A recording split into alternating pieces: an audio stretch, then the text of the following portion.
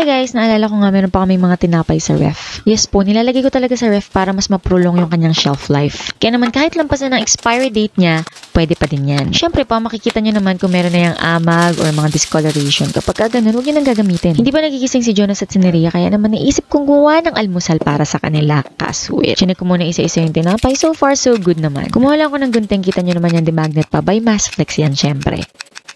Ginupit-gupit ko lang ng maliliit yung tinapay, nakakalibang nga yung pagkupit.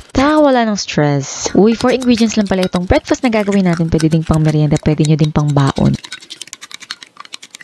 Nagbati nga lang ako ng 3 itlog. Kung hindi sapat yung itlog nyo sa ref, nako, pwede kayong gumamit ng gatas or lagyan nyo na lang ng tubig. Optional ingredient pala, pwede kayong maglagay ng mga pampalasa, herbs and spices na gusto nyo. Pero syempre, hindi na 4 ingredients yan. Kaya naman, optional lang. Kung gusto nyo lang naman, walang sapilitan. Binuhos ko na lahat ng itlog dito sa aking mga ginupit-kupit na tinapay. Pagkatapos, hinalo ko lang maigi para makoat ng egg lahat ng piraso ng tinapay. At kapag ka parang magdidikit-dikit na yung kanilang itsura parang ganyan, ready na yan.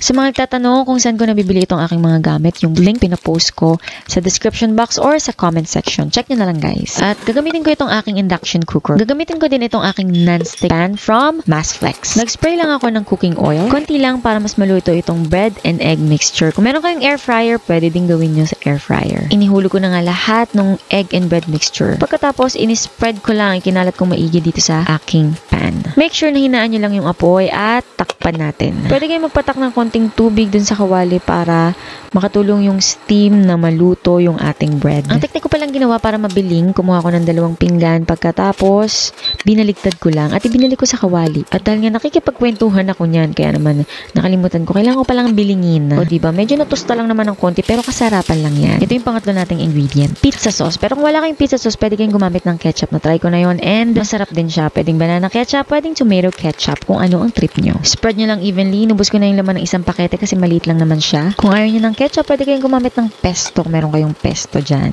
At para sa ating 4th ingredient, gagamit ako ng cheese. Quick melt yung meron ako dito, pero kung anong cheese ang meron kayo dyan, gamitin nyo yan. Kung meron kayong budget, pwedeng mozzarella, yung damihan na natin kasi pang last ingredient na yan. Again, spread lang natin na maigi, ikalat natin para walang part na magtatampo, diba? Takpan, mahina pa rin ang apoy at hayaan natin na maluto hanggang sa matunaw yung cheese. Ayun na nga guys, may breakfast na yung 2 kong kapatid. Sobrang cheesy. 4 ingredients lang, meron silang breakfast. O diba? Kaya naman, i-try nyo na to.